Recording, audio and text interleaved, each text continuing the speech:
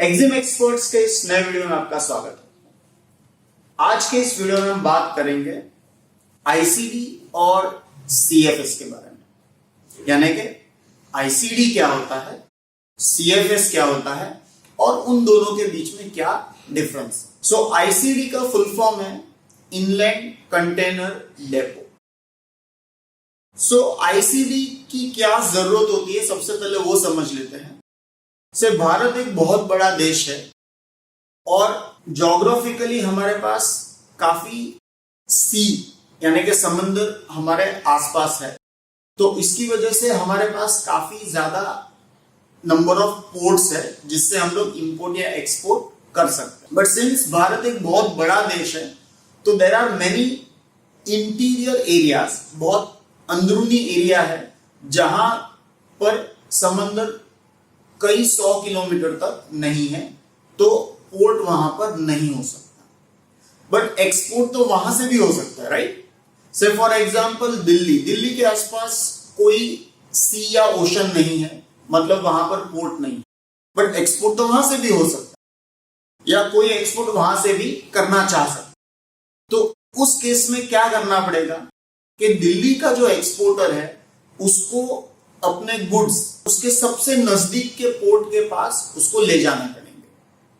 हो सकता है वो मुंबई ले जाए, हो सकता है वो चेन्नई ले जाए, हो सकता है वो कोलकाता ले जाए, सो डिपेंड करता है। सो उसे अपने गुड्स सबसे नजदीक के पोर्ट पर पहुंचाने पड़ेंगे। But now as you know कि हर एक्सपोर्टर के पास इतना समय शायद न हो, और अगर हर एक्सपोर्टर जो इंटीरियर में है उसे अगर अपने गुड्स इतने दूर तक पहुंचाना पड़ेगा तो इट्स वेरी इनकन्वीनियंट, बहुत टाइम कंज्यूमिंग भी हो जाएगा और बहुत एक्सपेंसिव भी हो जाएगा।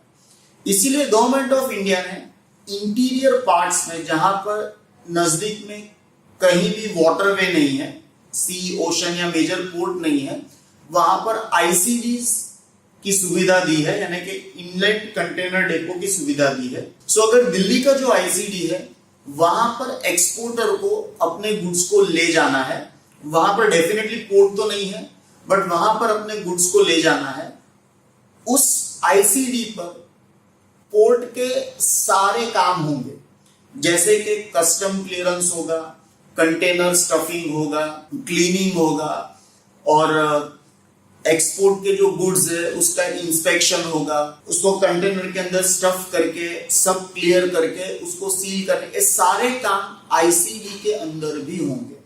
बट बड़ा एडवांटेज क्या है कि दिल्ली के एक्सपोर्टर को किसी बड़े पोर्ट के पास जाने की जरूरत नहीं है, उसका ये सारा काम दिल्ली के अंदर ही हो जाएगा, जिसकी वजह से उसका समय और पैसा दोनों बचेगा।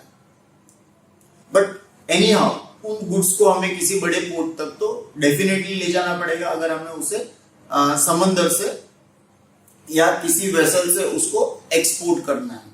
बट ऐसे बहुत सारे कंटेनर्स होंगे या ऐसे बहुत सारे गुड्स होंगे जो कंटेनर में जाएंगे, तो उन सबको मिलाकर आईसीडी ट्रांसपोर्ट करेगी या वो अथॉरिटी उसको ट्रांसपोर्ट करेगी। डेफिनेटली उसका पैसा जो है वो चार्ज एक्सपोर्टर से ही लिया जाएगा, बट सिंस वो चार्ज शेयर हो जाएगा तो उसकी वजह से एक्सपोर्टर को बहुत ज्यादा खर्चा नहीं आएगा या खर्चा उसका कम आएगा।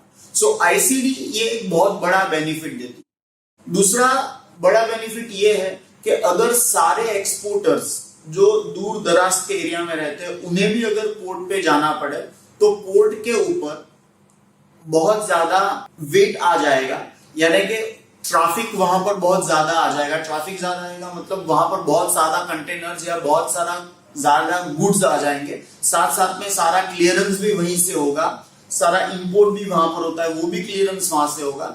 इसकी वजह से टाइम कंजम्पशन ज्यादा हो जाएगा और गुड्स का मूवमेंट स्लो हो जाएगा। सेकेंडली, हर पोर्ट पे अगर हम उसको एक्सपांड करने की कोशिश करें तो जमीन लिमिटेड होती है, ज्यादा एक्सपांड वहां पर हो नहीं सकता है। इसीलिए जितने ज्यादा आईसीडीज होंगे उतना उनके ऊपर का जो बर्डन है, गुड्स को मूव करने का बर्डन है, वो कम हो जाएगा। सो ये एक बहुत बड़ा बेनिफिट है आईसीडी का। CFS भी सेम कॉन्सेप्ट पे चलते हैं। CFS का फुल फॉर्म है कंटेनर फ्रेट स्टेशन। सो ये भी सेम कॉन्सेप्ट पे चलते हैं, बट दोनों में एक फर्क है।